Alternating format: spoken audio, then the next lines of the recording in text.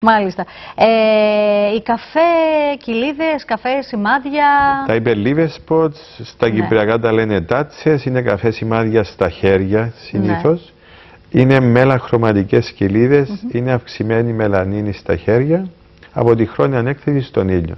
Αν δούμε οι πιο πολλοί Κύπροι το έχουν αυτό το πρόβλημα στο δεξί χέρι, επειδή ο ήλιος τον οδηγούν, τους κάνει ζημιά από τη δεξιά. Πάντα, αυτό που είπαμε. Που αυτά φεύγουν πάρα πολύ εύκολα με λέιζερ. Με μία-δύο συνεδρίας λέιζερ καθαρίζουν. Είναι όμως και αυτά οι μαύρες κοιλίδες λόγω ηλικίας που βλέπουμε ή έχει να κάνει με τον ήλιο? Εγώ τους λέω sunspots για να είμαι ευγενικός. Μάλιστα. Άρα υπάρχει και η ηλικία. Ναι, μπράβο. Άρα θα δεις τι θα πεις. Αλλά είναι από τον ήλιο. Και την ηλικία, ο συνδυασμός. Και αυτές δηλαδή, αυτές οι κοιλίδες φεύγουνε? Φεύγουν. Με μια συνεδρία λέιζερ εξαφανίζονται. Μάλιστα. Για το πρόσωπο δεν είπαμε. Αυτές οι διχρωμίες, αυτού του είδους οι λεκέδες που δημιουργούνται λόγω του ήλιου, που βασανίζει περισσότερο νεαρούς και νεαρές και μητέρες, κυρίως μετά τις γέννες. Έχει να κάνει με το πόσο συνήθως είναι οι πιο μελαχρινοί επιρρεπείς αυτού του είδους τις διχρωμίες? Και οι άσπροι, αλλά οι μελαχρινοί παράγουν πιο εύκολα μελανίνη και να είναι πιο επιρρεπείς οι μελαχρινοί. Πρέπει να διαχωρίσουμε δύο δερματοπάθειες. Τις μελαχρωματικές κοιλίδες που έχουν και στα χέρια, όπως είπαμε, και φεύγουν εύκολα με λέιζερ, στο οποίο η παραγωγή μελανίνης είναι επιφανειακή, και το μέλασμα που είναι πιο εντοβάθη, που βλέπουμε μεγάλες κοιλίδες διαμέτρου 5-10 εκατοστών στο μέτωπο, στο μουστάκι, στη μύτη, που αυτό το μέλασμα είναι χλώασμα ή στην καθομιλουμένη πανάδες. Οι πανάδες βασανίζουν πολύ κόσμο. Αυτές οφείλονται στην έκθεση στον ήλιο και στις εγκυμοσύνες, τα αντισυλληπτικά είναι στις ορμόνες. Μάλιστα. Αυτές κάνουμε ένα αγώνα για να τις βελτιώσουμε. Δεν υπάρχει ριζική θεραπεία. Αυτές βελτιώνονται με λέιζερ, με peelings και με ειδικές κρέμες. Άρα, εγώ αυτό που τους συστήνω είναι πάντα να φορούν καπέλο, να βάζουν αντιλιακές 50, και στο ιατρείο μπορεί να δοκιμάσουμε τα πάντα. Έχουμε πάρα πολλά μηχανήματα πλέον, πάρα πολλές. Και οι αντιλιακές λίγο να πούμε ότι είναι όλο το χρόνο, έτσι. Απλά μπαίνουμε έτσι σε ένα καλούπι και λέμε ότι μόνο το καλοκαίρι πρέπει να προστατευτώ από τον ήλιο. Αυτό γιατί ο ήλιος διαπερνά τα σύννεφα και το χειμώνα. Δηλαδή είναι αυτό που λέμε, ισχύει αυτό που λέμε ότι ο ήλιος καίει πιο πολύ το χειμώνα ή όταν αλλάζει η εποχή? Δεν θα το λέω ότι καίει πιο πολύ, είναι πιο κοντά. Διαπερνά, δηλαδή το σύννεφο θα το διαπεράσει, αφού βλέπουμε και πολλές παθήσεις στους πιλότους. Δηλαδή το διαπερνά 30-40% της ακτινοβολίας, περνά μέσα από τα σύννεφα. Απλώς μειώνουν το δίχτυ προστασίας. Αν χρησιμοποιούμε 50 δίχτυ προστασίας το καλοκαίρι, το χειμώνα μπορεί να χρησιμοποιήσουμε 10-20%. Γι' αυτό βλέπουμε και τους σκιέρ να έχουν, καλά, αυτό έχει να κάνει με αντανάκλαση. Εκεί πάει πάνω από τα σύννεφα και εκεί έχεις έγκαυμα, μπράβο. Εκεί είναι πολύ επικίνδυνο, γιατί έχεις και δέχεσαι τον ήλιο απευθείας και την αντανάκλαση του ήλιου.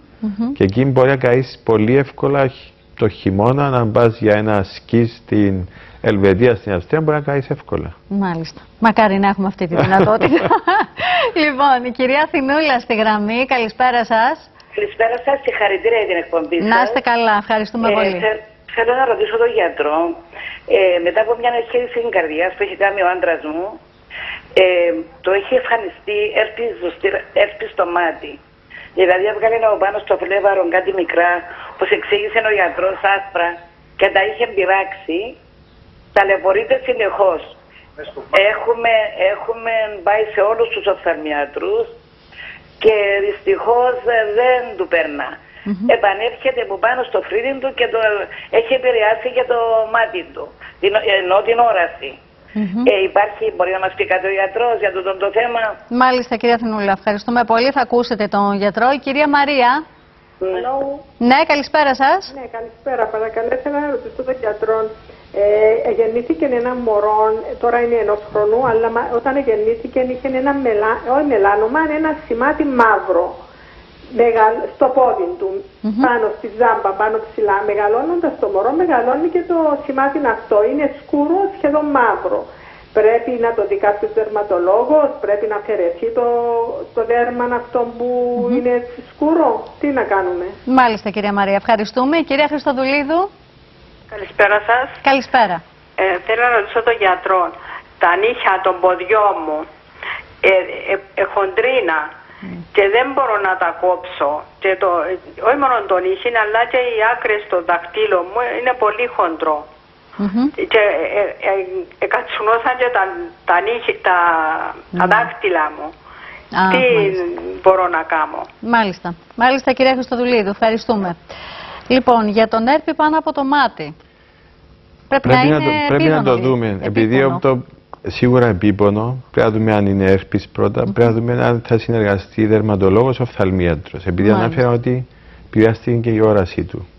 Εκεί όπου επηρεάστηκε η όραση πρέπει να το δει ο οφθαλμίατρος, αλλά αν υπάρχει κάτι στο δέρμα, στο πάνω βλέφαρο, αναφέρει το φρύδι νομίζω, τότε πρέπει να το δει ο δερματολόγος για τη σωστή εκτίμηση. Είναι έρπης, ο έρπης κανονικά δεν κρατάει μήνες, ο έρπης κρατάει 1-2 εβδομάδες. Άρα νομίζω θέλει δεύτερη γνώμη, είναι εκτίμηση. Το συνδύασε βέβαια, είχε κάνει λέει εγχείρηση καρδιάς. Μετά την εγχείρηση μπορεί να το δούμε γιατί πέρασε στρες, άγχος βιολογικό και ψυχολογικό. Μπορεί να βγήκε, αλλά τώρα αυτό που περιγράφει πρέπει να το δούμε για να δώσουμε μια λύση. Το σημάδι του εκγενετής, του μωρού. Αυτή είναι ένας πύλος, ο οποίος πρέπει να το δει. Μπράβο, είναι μεγάλη, ελιά, μαύρη. Όμως δεν ανέφερε για ελιά. Νομίζω πρέπει να είναι, είπε με ένα μαύρο μεγάλο σημάδι που μεγαλώνει, λογικό όσο μεγαλώνει. Το σημάδι μπορεί να είναι μεγάλος πύλος. Μπορεί να είναι και διχρωμία όμως. Μπορεί να είναι διχρωμία, αλλά υπάρχουν και σπήλοι που δεν είναι επικίνδυνοι. Πρέπει να το δούμε. Υπάρχει και το καφέ που είναι όπως το καπουτσίνο που δεν είναι επικίνδυνο. Υπάρχει και ο σπήλος ο οποίος είναι επικίνδυνος. Πρέπει να το δούμε, εγώ νομίζω αυτό. Άρα πρέπει να το δει ένας δερματολόγος και εκτιμήσει. Αν είναι μεγάλο και επικίνδυνο και πολύ μαύρο, θα εξηγηθεί να αφαιρεθεί. Η αφαίρεση του είναι και θεραπεία. Αν δει ότι δεν είναι επικίνδυνο, θα εισπεί να του κάνει μια χαρτογράφηση. Κάθε χρόνο θα το φωτογραφίζει. Λοιπόν, είναι καλή ευκαιρία να ασχοληθούμε λίγο με τις ελιές, τις κοινές ελιές. Εδώ βλέπουμε, μπράβο, η σπήλη που αναφέραμε και τώρα. Εδώ βλέπουμε στην πλακέτα αυτή βλέπουμε τα σημεία που βλέπουμε πάνω, τα χαρακτηριστικά που βλέπουμε πάνω στις ελιές. Βλέπουμε την ασυμμετρία, το όριο, το χρώμα, τη διάμετρο και πώς αλλάζει από κάτω. Στην πάνω εικόνα θα δούμε κανονικές ελιές, από κάτω θα δούμε το μελάνομα των καρκίνων πώς είναι και πρέπει να ευαισθητοποιηθούμε αν αλλάζει έτσι. Θα δούμε η πρώτη ότι είναι ασυμμετρική, η δεύτερη αρχίζουν τα όρια να ξεφεύγουν από την κανονική ελιά. Κάτω βλέπουμε μια διχρωμία και ο τελευταίος πύλος είναι μεγαλύτερος από το κανονικό, που είναι μισό εκατοστό. Άρα αυτά είναι χαρακτηριστικά που πρέπει να έχει κάποιος υπόψη του. Όταν πάει σε δερματολόγο ασθενής, αυτά θα δει ο δερματολόγος. Αλλά εντάξει, με διαφορετικό μάτι και ο ασθενής στο σπίτι λέμε ολόκληρα πρέπει να τα κοιτάζει αυτά τα χαρακτηριστικά. Άρα πρέπει να κοιτάμε τις ελιές. Το βασικό είναι αυτές στην πλάτη δεν μπορούμε. Ναι. Στην πλάτη πάντα λέω ο σύντροφος σου πρέπει να σε κοιτάζει μια φορά τον μήνα. Μάλιστα. Οι μεγάλες, οι λεγόμενες κρεατοελιές που δεν έχουν χρώμα, που συνήθως είναι για αισθητικούς λόγους, αλλά και μερικές φορές βρίσκονται στη σημεία του σώματος ή συνήθως κάτω από τις μασχάλες ή σε μέρη που δημιουργούν και πρόβλημα και μπορεί με τα ρούχα, εμείς οι γυναίκες με τους στιθόδεσμους, να έχουμε κάποιους τραυματισμούς. Πόσο επικίνδυνοι είναι αυτές οι ελιές?